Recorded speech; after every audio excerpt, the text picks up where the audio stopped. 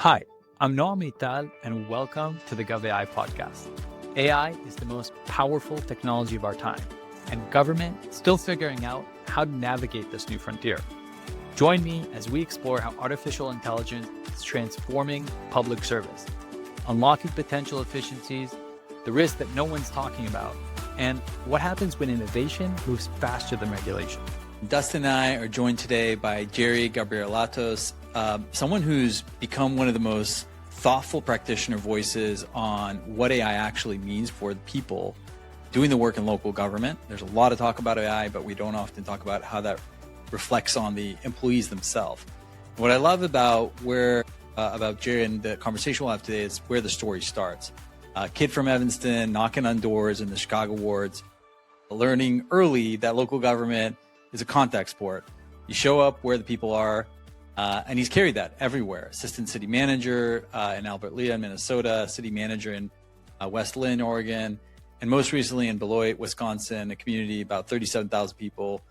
And there he's become known for something called satellite city halls, literally setting up a table and a banner at the farmer's market or barbershop, wherever people spend their time, and just listening to them. He's also ICMA credentialed manager with a piece on AI and local government that's coming out in PM Magazine. And between roles right now, building out a thesis that we'll talk about that sounds simple, but really is profound, that the most sophisticated technology that's available to cities might be the thing that actually helps reconnect them with their communities, calling it the paradox. We'll hear more about what that means. And more AI actually could mean more humanity. So Jerry, welcome to the show. We're thrilled to have you. I'm thrilled to be here, and thank you for that wonderful introduction. As I mentioned in the intro, you started knocking on doors in Chicago wards early on before you ever knew you were going to be in government or city manager roles. Now I'm curious, that kind of experience, what did it teach you about local government that still shapes kind of how you think about leadership roles today? And maybe are there things that you saw from that vantage point that you couldn't have seen maybe from the city management? There's a ton of things that I saw from the door that I couldn't see from the city management role.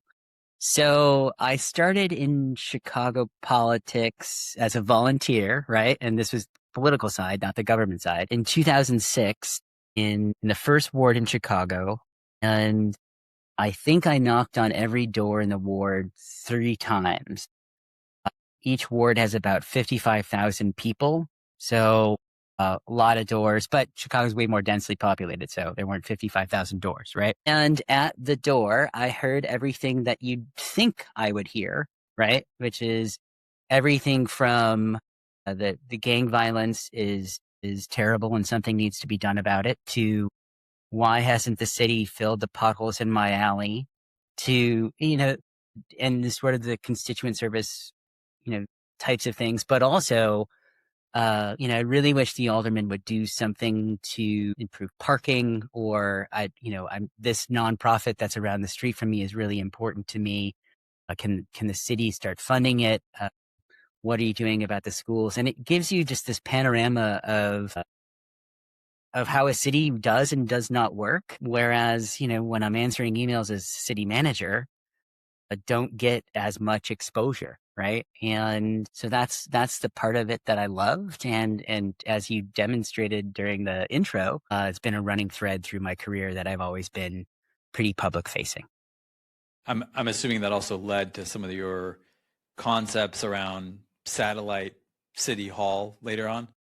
Yeah. So, and this is a Beloit specific type of thing to some extent. So in Beloit, the manager is way more public facing than in some other cities. So much so that I was sometimes referred to as the mayor. And, that cut both ways. So I leveraged it to some extent and also didn't like parts of it. Mm-hmm. But, I also knocked on doors in Albert Lea where I had got there right after we commissioned a community survey, and in 2 parts of the city, the results weren't as high as the rest of the city. So I went door to door to sort of figure out what was on the minds of people in those areas. And so I've done it in every city I've worked in. So I want to, before we kind of shift gears into a bit of talking about AI, and it's a perfect way to bring in AI in this contradiction of, okay, talking to the people, the human contact that we just talked about. And you bring forward a thesis of, okay, more AI actually means more humanity in terms of how we serve our constituents and kind of be more connected to them. It sounds like a contradiction. So explain to me how that thesis works and where it comes together. Sure. So as I dove more into AI, I learned about all the time it saves, right? And I thought, my God, what a wonderful tool to help us free up time to better connect with the residents that we serve. And, there is a bit of a paradox in there, because if I had sort of been recognized for things that I did in Beloit, the satellite city hall, I think, would come to the top of people's list.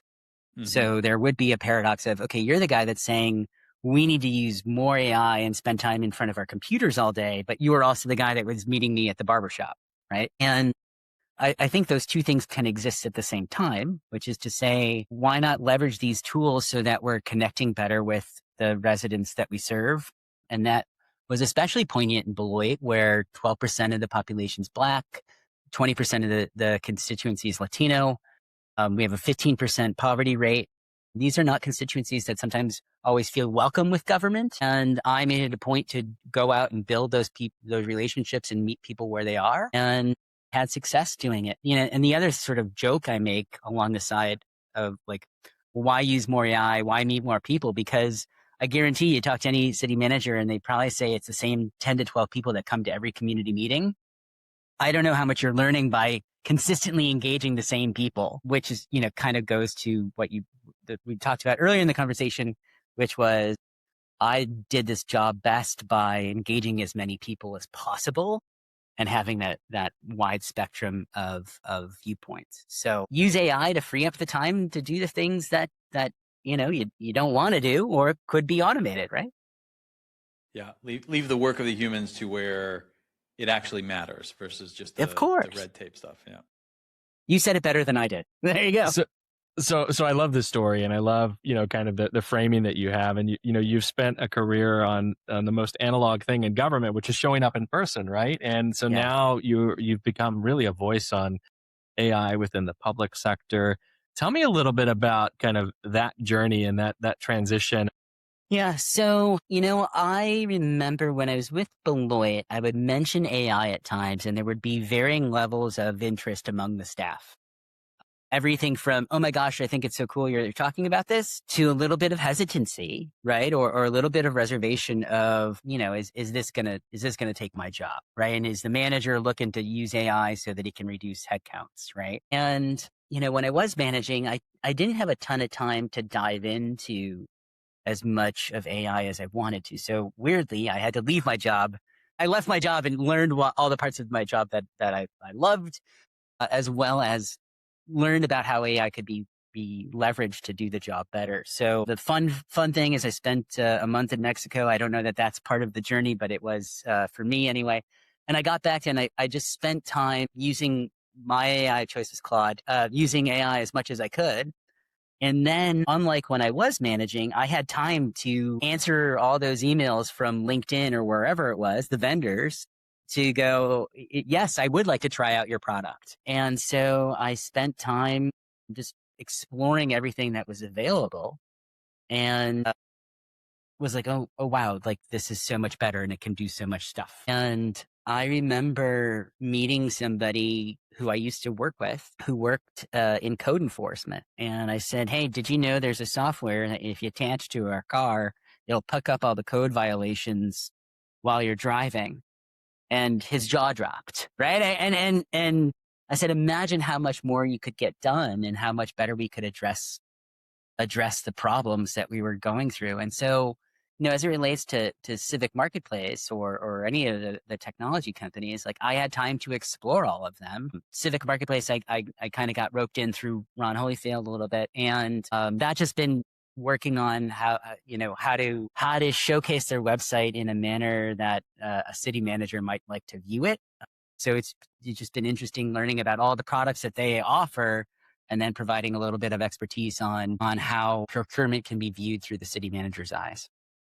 And I know you've heard people say this before, that if you're not using AI, you're wasting taxpayer money. So Yeah. tell me a little bit about like, what are the right questions, for those leaders, those government leaders that are listening right now, what are the questions they should be asking as they kind of think about the inflection point of AI and their staff and all of these, big things that you've kind of, worked on, both as a city manager Yeah. and now on the other side? Yeah. I love this question. I think the way I would phrase it is I would ask my staff, what are they spending time doing that they don't like doing? And what is a list of things that they'd rather be doing instead of those things that they don't like doing, right? And my guess is there's a fair amount of AI that's available that could help them accomplish a lot of the things that they don't like doing. The example that always comes to mind is I used to work with, in every city I worked in, a really talented, smart planning staff. And city planners often not only have to go to college, but graduate school, right? And they spend a fair amount of time reading and writing reports about fence setbacks or these issues that mean a whole lot to a very small amount of people, when, they probably could use AI to help get those things done. And instead of working on, this really niche issue, take on something huge like a comp plan. There's a lot of what we do in government to satisfy a process that we need to complete, but often that produces little result, right? So like somebody needs to write that memo and spend a whole lot of time doing it. And it's read by 3 to 6 people, right? That leads me to the conversation that no one really wants to have in government, which is, okay, if AI is taking all these roles, right? What does it mean about the workforce? And so you've kind of been pretty sharp about this line, saying, okay, maybe it's not replacing the people that today in this massive layoff in government, but it is about whether you backfill that role when that person retires. Right. If AI starts doing most of the work, right? And it's being automated. So I'm curious, walk us through a little more of that thought process, and I'll put you here on the spot of like, what does that timeline look like?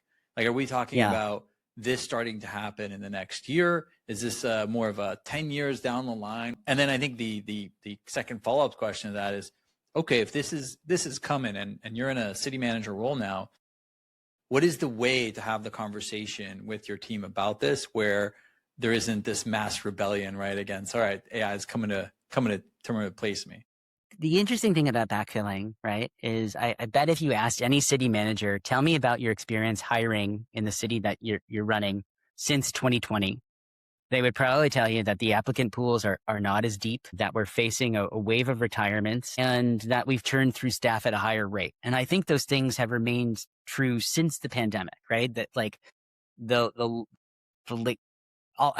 constant turnover and shallow applicant pools. So what I would say is there a way that we could use AI to fill a space that we couldn't fill otherwise, right? And one place that comes to mind, engineers, right? They are impossible to find. They kind of have their pick of wherever they want to go, and kudos to them, right?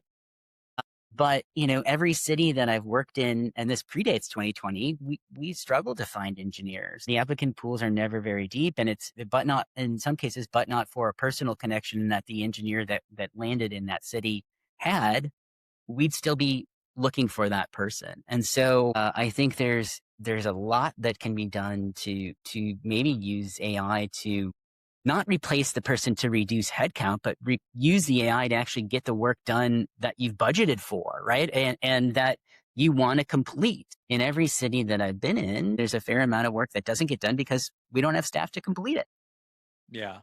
I should have grabbed this prior to this interview, but NeoGov just released the results of a survey of all their the cities that work with NeoGov, and not being able to find quality applicants is probably at the top of the list.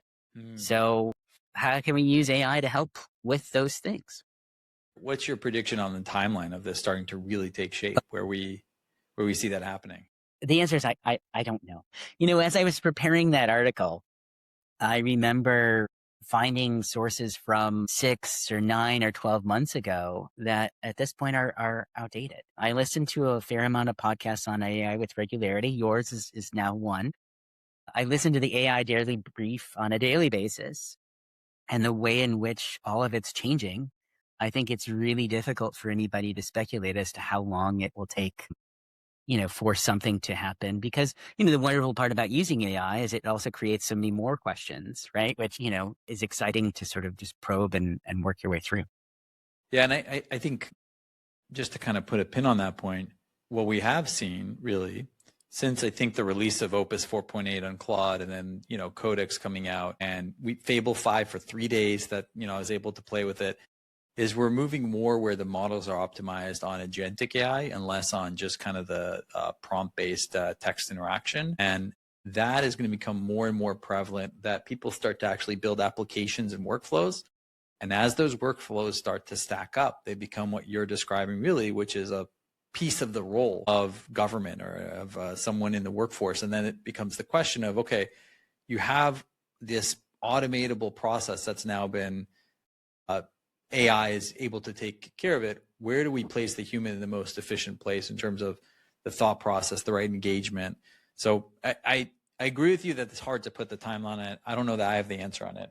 I think if I was pressed, I would say that it's going to come sooner than we may expect. Yeah. Always sooner. Yeah, I would wholeheartedly agree with that. And then to kind of underline the point that you just made, I had a conversation with somebody yesterday in which we talked about, like, we just bounced ideas off each other. And he said, what's your, reaction to the term virtual assistant? And, I was like, well, it's Siri, which I don't like at all, but, that's the level that AI can be produced at. And if it can help you get work done, why would you be opposed to it? So one thing that was interesting about your comments is, what happens with the time that's freed up from using AI to be more productive? And, one of the arguments that you make, which really kind of stood out, is that it should go back out to the community because the old window, being social media in this regard, is broken. And so I'd love for you to, one, explain a little bit more about that, and then to, kind of dig into the social media dynamic and why that's not providing kind of the full picture or a representative picture of communities for city leaders. Yeah. When I wrote that, one thing that came to mind was a TIFF that we did in Beloit along one of our commercial corridors. And I remember thinking I would have loved to have had the time to sort of canvas that area and get to know a ton more about what the concerns were along the corridor and figure out how the TIFF could be used to address some of those concerns. And that comes through shoe leather, right? I mean, it's not just the postcard that they get in the mail that invites them to a meeting. I think it really is just sort of being on the street and witnessing some of what's talked about. As for social media, it's sort of trite these days to whine about social media, but I'll do it from the perspective of somebody who's worked in local government. The nationalization of local politics has made social media awful. And, it really has just sort of become a portal through which anger is vented. I don't know that it helps get a window into what everyone is thinking so much as it is the people who are sometimes the angriest, and then the people who are willing to put up with that to participate in somewhat of a town square discussion. One of the craziest things that happened in Beloit, somebody started coming to my house upset about an issue. And that was a line that I thought was a little bit far. And I don't know that it was directly related to social media, but what I can tell you is that it was right around the time that a change in traffic configurations was being discussed on social media. And, the funny part about it, right, was I was the guy that set up shop at the barbershop or grocery store or wherever, willing to be yelled at, right? So you don't have to come to my house to do it. Like just meet me at the place where everybody else does, right? We all know the algorithms are designed to sort of provoke anger and keep us on there and get that dopamine hit that we're looking for. And I just think that at this point, it's a flawed mechanism through which you can obtain feedback. I'd much rather have a conversation than participate in that discussion. And then I've seen some cities in Wisconsin have started to disable the comments on their pages.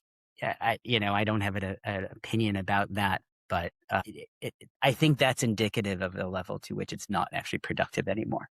Yeah, I would agree. I think when you give people a blank slate, you're going to get a whole wide range of different non-constructive aspects of feedback. It's kind of like why suggestion boxes don't attribute any type of, Yeah, output. So you gotta think about it more tactically. I've quit Facebook, so yeah, I'm right there. So as you think about community engagement in the future, and I know kind of even back to its roots, where do you see AI intersecting this, right? As we think about Yeah. I'm a new city manager, a new city leader, and I'm trying to find ways to engage with the community. And I know I can use AI to unlock language, and I know I can use it to, help demystify the legalese language that we use and how we write laws. But where do you see kind of this intersection point in community engagement in AI? Yeah. One of the points I make in the article is that AI or just the translating in general is at a better quality now than it's ever been.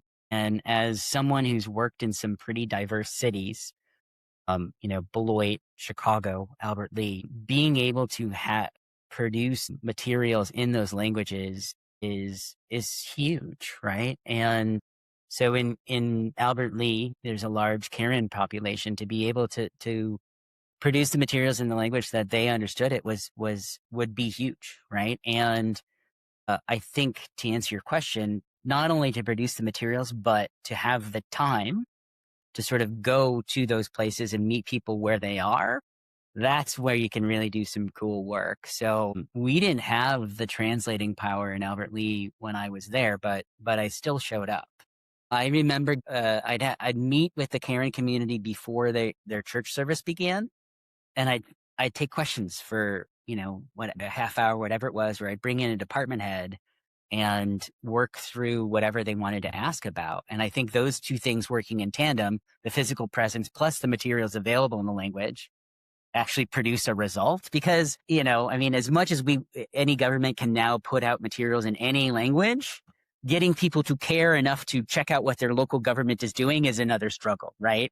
And, there's a lot of places where local government doesn't work and people get fed up with it. And so they think, why bother? But, if you can show up and say, actually, I'm here to hear about what you have to say, having both the shoe leather as well as the materials in the right language can hopefully galvanize a little bit more participation. So you're talking about kind of the outcome. And as someone that's in the entrepreneur founder hat, I'm always thinking about ROI and like what's the payoff and what's the input output kind of mechanism. So you talked a lot about the different roles, but when you think about, I don't know, things like a master plan or housing assessments, those are things today that are widely outsourced, right, to external folks. And you argue that AI can kind of bring some of that in. And that brings to a broader question, which ties in some of the themes we've talked throughout here. But how do you measure the ROI across kind of where you bring AI into the fold? Yeah. There's the tactical element of, okay, how many tokens have I used and what the cost is? That's a piece of it as AI becomes expensive. It already is. We're just hiding the cost, right? Or Anthropic and OpenAI are. But that's one piece. But the more interesting question to me is, okay, how do you actually measure where the value of this process that you've now built AI around is giving you a return on investment that you want to keep expanding on? Yeah, this is a great question. And I think my answer might be a little bit abstract. So one of the arguments I make in the piece is that using AI can free up your staff to take on the projects that you usually outsource, right? And I would wonder, if I was measuring that, in cases in which that's done, how does our retention rate look? With the idea being that if you're working on stuff that really matters to you and you're breaking down silos and you're taking on things that you went to school to do, presumably then you'd want to stay in that workplace, right? Because you're working on things that challenge you, that get you out of bed in the morning. So staff retention would be a metric that I would use. The other metric I would use, application pools, right? Because, to some extent, it's a small local government universe, right? And all of us, chat with one another about what's going on in each city. I would love to be the place that they go, hey, you know what? We really need to check out what Dustin's doing over there. They're working on things that matter. Everybody that works there loves it. So are the application rates in those cities going up? This is more external, but what's our civic participation look like? Are we drawing in people that we don't usually always talk to? What's our voter turnout rate, right? I mean, that's usually the best indicator of local government participation. And I don't know that I could say to you, and this is where it gets a little bit abstract, that we have a better product because more people participated, but I'd like to feel that we would, right? I mean, so if that comp plan is based on the voices of 100 people versus, 10, I think we succeeded, right? I mean, because we're there to provide the service. We're there to get input. We're there to serve the taxpayer, right? And so my hope is that by being heard, people would feel that there was value that was contributed. The measurement piece and how they look at it is going to be, it already is, I think, one of the things that cities struggle today. And we're seeing that most cities are in what I would call pilot land of exploration and then measurement. And I think that's going to be one of the big questions that people grapple with over the next few years as they start to really think about the cost and scaling and the impact. So it's a tricky one to have the crystal ball on. I just had a conversation with somebody earlier today about how I felt like the AI is a little bit of an inflection point, because now, to use a cliche, we know enough to be dangerous, right? Versus when chat or whatever came out a few years ago. Now we sort of know what we can do with it. We know enough of the guardrails of where we shouldn't be using it. And I think it can be really an exciting time for local government or any industry to use it and hopefully produce some better outcomes for the people we serve, both internally and externally. So now the big question here is for those listening in, what should they do? So as you think about all the things that are hitting government at one time, what's the Monday morning first move that a city manager should take to make sense of this moment or to just start? Yeah. I'd come back to something I said a little bit earlier of asking your department heads, or frankly, your frontline staff, what are your pain points, right? I mean, I remember going out with somebody in Beloit on code enforcement, and she was taking concerns down with pen and paper, right? And I just go, okay, this has to be improved, right? So what are the pain points that can be addressed using AI is one thing I would think of. And then here's the other thing that I would say, and it's partially influenced by my work with Civic Marketplace. But I had such a reticence to take sales calls when I was city manager because I thought I didn't have time for them or whatever. But the reality is the products that these companies are coming out with are better than ever. And I think sometimes you don't take that call at your detriment.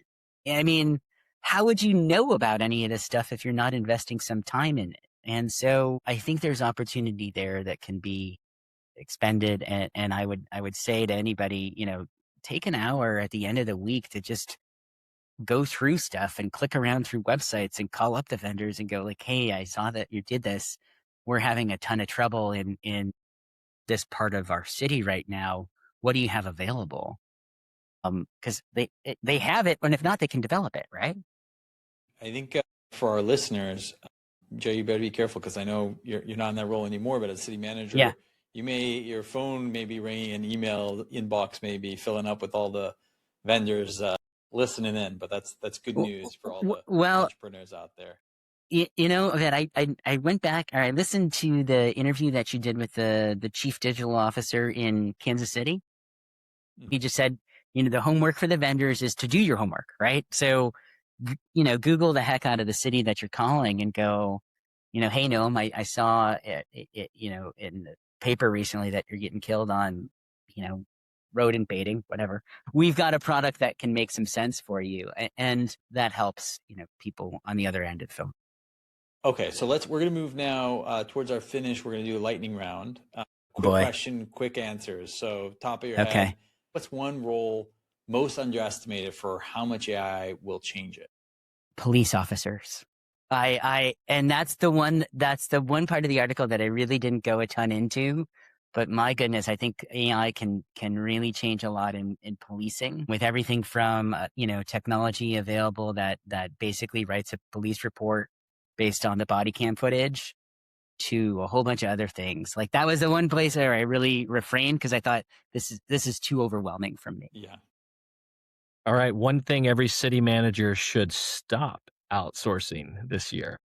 Yeah, I love this question. What came to mind was comp plans, just because I think taking on the work of what your city is going to look like in 20 years is something that probably is best done with a ton of internal staff. That being said, every city does a comp plan about 20 years. So, I don't know that fits in the answer as well as I could have, but it's a good question. So last question on lightning round. Finish this Sure. sentence. The biggest mistake cities are making with AI today is? Not using it enough. Yeah, I think they need to embrace it.